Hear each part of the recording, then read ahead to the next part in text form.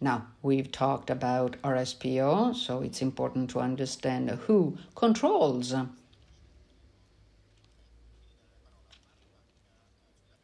So, Michela Colli. Michela is head of certification schemes 848/18. So, she's a person who should somehow help businesses correctly follow RSPO rules. A good afternoon to all of you. I'm Michela Colli.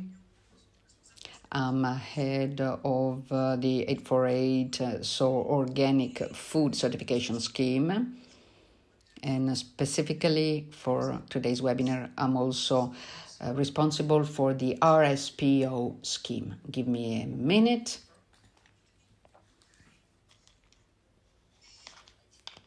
You have 5 minutes, Michela. I'm telling you, so you know.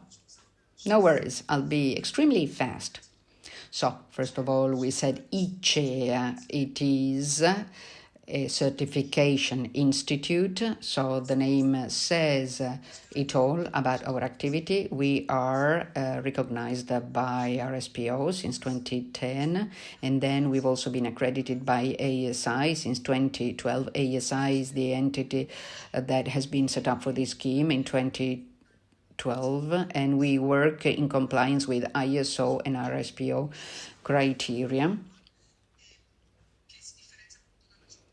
And we comply with a certification that is different from the certification relating to the plantation standards. Our core business is organic, most especially for food, but over the years we've become leaders of a certification also for textile and sustainable cosmetics, as well as RSPO certification.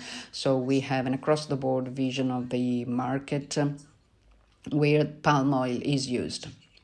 The RSPO certification guarantees through the appropriate controls that the RSPO product is actually made with raw materials coming from certified plantations. The fundamental work we do is on traceability of the supply chain. We verify the production processes and the qualifications, so the entry of the product in the business with raw materials, so qualification of suppliers and supplies, and then the production processes, and the exit of the product from the business with all of the declarations. This is all included in the RSPO standards, which are a guideline for operators to be compliant with the standards. Currently, we certify 91 production sites. These are of various natures. Normally, they are fundamental names of the food supply chain, and at least of the last 2 years, also home care and cosmetics, because these are businesses that either directly with their brand are on the market, or they produce products that the consumer consumes under others' brands. Italy, like Francesca says, ranks 5th worldwide in terms of RSPO members, and amongst the members, as of today, we have 195 production sites in Italy, already supply chain certified, and out of these, we've seen how many have been certified by ICEA.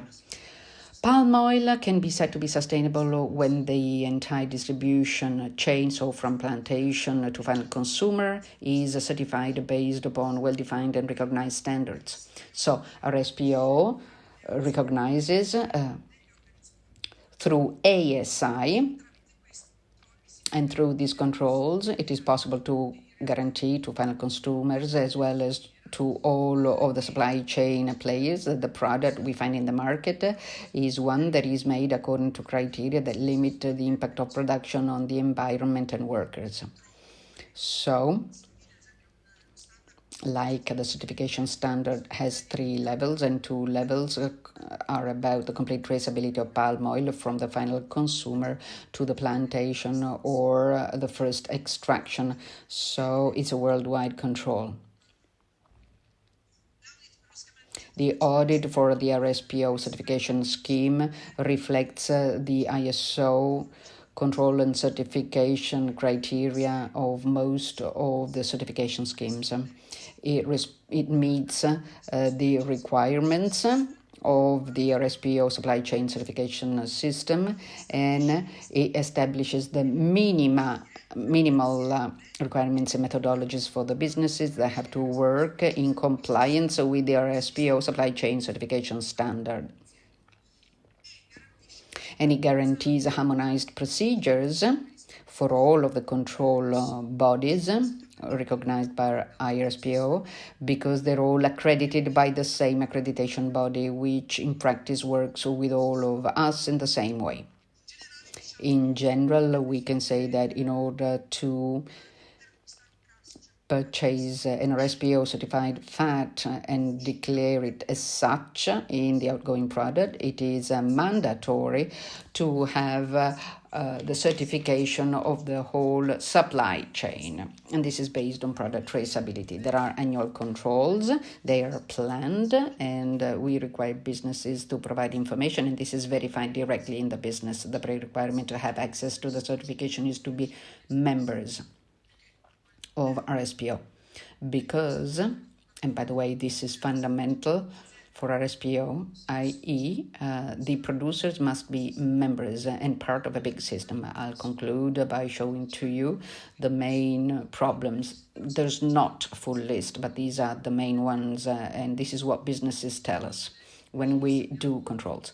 First of all, we have problems in finding certified raw materials, in particular as regards home and personal care, because they are the latecomers.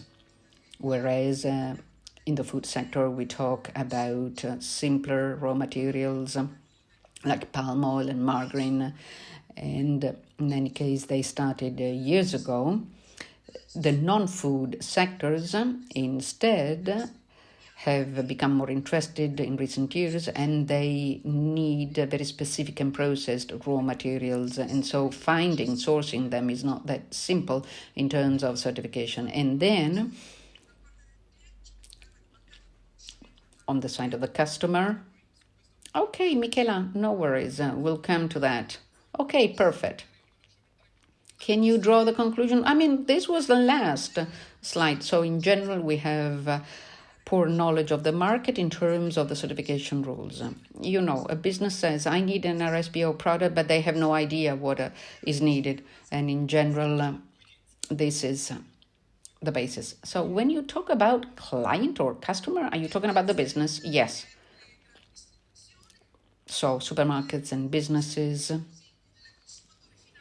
The final consumer, even less so, has even less knowledge of the product.